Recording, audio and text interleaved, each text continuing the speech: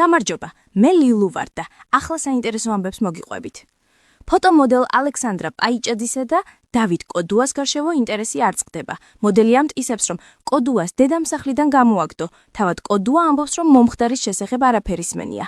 მოდელის ექს-პარტნიორის დედის, ლაურა ღაჭავას თქმით კი, სახლი მას ეკუთვნის და არავინ გაუგდია ბინიდან. დავით კოდუა საქართველოში არ იმყოფება. რეალიტი შოუში, ჰაუსში, კვირის ბოსი დაასახელეს. ამჯერად შოუს ორი ბოსი ეყოლება და ისინი ქუთაისელი მეგობრები გუგა და ზურა იქნებიან. მანამდე კი რეალიტი შოუში მწვავე დაპირისპირება იყო, რა მოხდა ლორენცოსა და სხვა მონაწილეებს შორის, ამის გასაკებად წუხანდელი ლაივი უნდა ნახოთ. გიორგი ჩაკვეთაძის წამლა სერიოზული არ გამოდგა და გუნდთან ერთად ვარჯიშს განაახლებს.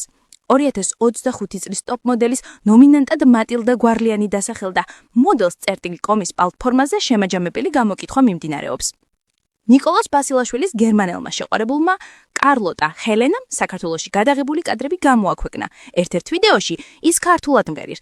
დასავლეთ გერმანიაში ჯერომინების ოჯახმა სახლში 621 დაძვისრა დადგა. ამით წყვილმა მსოფლიო რეკორდი დაამყარა. სულისიყო რისი თქმას მინდოდა. შეხვედრამდე.